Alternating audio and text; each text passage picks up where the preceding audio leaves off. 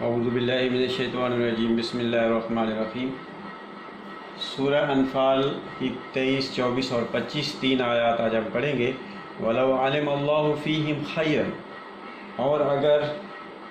اگر اس قسم کے لوگ جو عقل و فکر سے کام لینا چھوڑ جاتے ہیں، اس قابل نہیں رہتے کہ صحیح بات کو وہ قبول کر سکیں،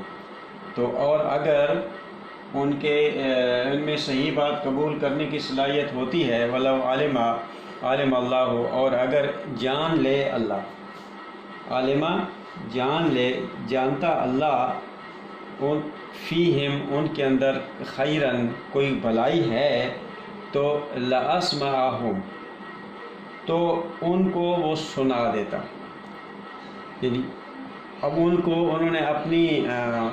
کان خود بند کیے ہوئے ہیں، دل کے کان جس کو شعوری طور پہ بند کیے ہوئے ہیں، وہ سننے کے لیے تیار نہیں ہیں۔ وَلَوْ أَسْمَعَهُمْ، اور اگر وہ خدا ان کو سنا ہی دیتا تو لَتَوَلَّوْا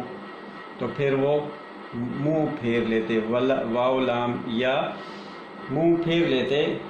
پیٹھ پھیر جاتے، الٹے بھاگ پڑتے، وَهُمْ مُعْرِضُونَ، اور وہ تو ہیں ہی اعراض کرنے والے۔ عین رے ضاد، عرض چوڑا، کسی چوڑائی سے کرتے ہیں، چہرے کے چوڑا حصہ کسی طرف کر دینا، یعنی منہ دوسری طرف پھیر لینا، وہ تو ہیں ہی منہ پھیرنے والے۔ یا ایھا الذین آمنوا استجیبوا، اے جماعت مومنین، دیکھنا تم کہیں ایسا نہ ہو جانا، تم ہمیشہ کیا کرنا، آمنو، ایمان والو کیا کر، استجیبوا للہ ولرسول، اللہ اور اس کے رسول یعنی نظام خداوندی کی آواز پر لبیک کہنا، یہ جیم واو بے، جابا یجوبو جواب دینا، لبیک کہنا، اس کی بات مانا، اس کا حکم مانتے رہنا، اذا دعاکم، جب وہ بلائے تمہیں، جب وہاں سے بلایا آئے تو تم لبیک کہنا، لما یحییکم، واسطے اس کے جو اس نے تمہیں زندگی دی ہے، یحییکم وہ زندہ کرتا ہے تمہیں، یعنی زندگی بخش دینے والا نظام ہے، اس وجہ سے تم اس کی طرف جانا۔ وَاعْلَمُوا، اور جانے رکھو کہ ان اللہ یحول بین المرء وقلبہ، کہ اللہ حالہ یحول ہوتا ہے ایک حالت پہ قائم نہ رہنا، ادھر سے ادھر رہنا، اس لیے حول ایک سال کو بھی کہتے ہیں جو پورا ایک چکر لگاتا ہے، اور وہ انسان جو ہے، ان اللہ یحول بین المرء، بے شک اللہ چکر لگاتا ہے بین المرء، بندے کے، اور وقلبہ ہی، اس کے دل کے درمیان، یعنی آدمی کو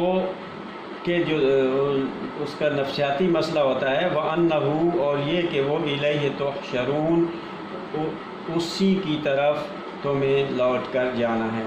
اس کی تفسیر تھوڑی سی وہ مفہوم القرآن سے دیکھ لینا، یہاں ذرا لمبا ہو جائے گا، یہ اس کو سمجھنے کی ضرورت ہے کہ ایسا ہو کرتا ہے نا کہ انسان کا حکم انسان کے ارادوں کی پختگی کے ساتھ وابستہ رہتا ہے، تو اللہ جو ہے وہ درمیان میں انسان کے، اس کے دل یعنی اس کی جو شعور ہے، اس کا قلب ہے، اس کے درمیان اور انسان کی اپنے درمیان وہ آ جاتا ہے، اور وہ یہ اس کو کہتا ہے کہ تم اسی کی طرف واپس آؤ گے، جمع کیے جاؤ گے، اسی کی طرف ہی تمہیں جانا ہے، اس سے بڑھ کے کہیں اور آگے نہ نکل جانا تم۔